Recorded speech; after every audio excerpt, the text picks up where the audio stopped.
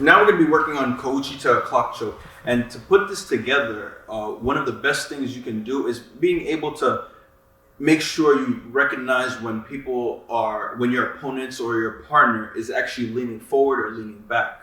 So if I know I'm dragging my partner in this direction, they're going to want to lean back. All right, so we want to use that to our advantage, but we have to learn to see with our hands and not with our eyes. And what I mean by that is seeing the shift of weight between my partner's body and their body weight going from side to side or back and forth, whatever the case may be. But we have to be a little bit patient on this.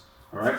So technique is Kouchi Gari to clock choke. All right. So what I'm going to do is I'm going to maintain these grips, and something that I'll keep on saying throughout this instructional is making sure that our hands are in the right place at the right time when it's time to attack.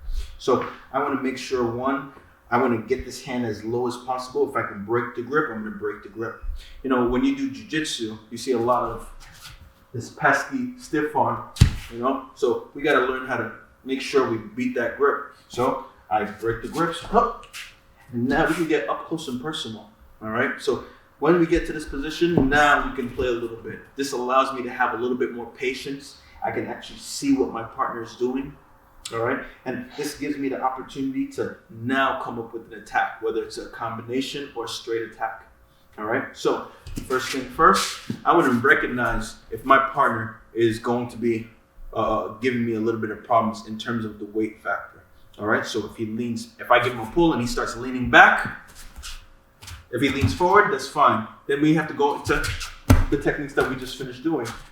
We have sasai, we have a foot sweep onto the inside. We can drop that down. But if he's leaning backwards, now when I start giving him a pull and he starts leaning backwards, now we can start going into our Kouchi. So when I do my Kouchi, you'll see I want to get behind. I want to make contact. I want to make contact with the arch of my foot to his Achilles.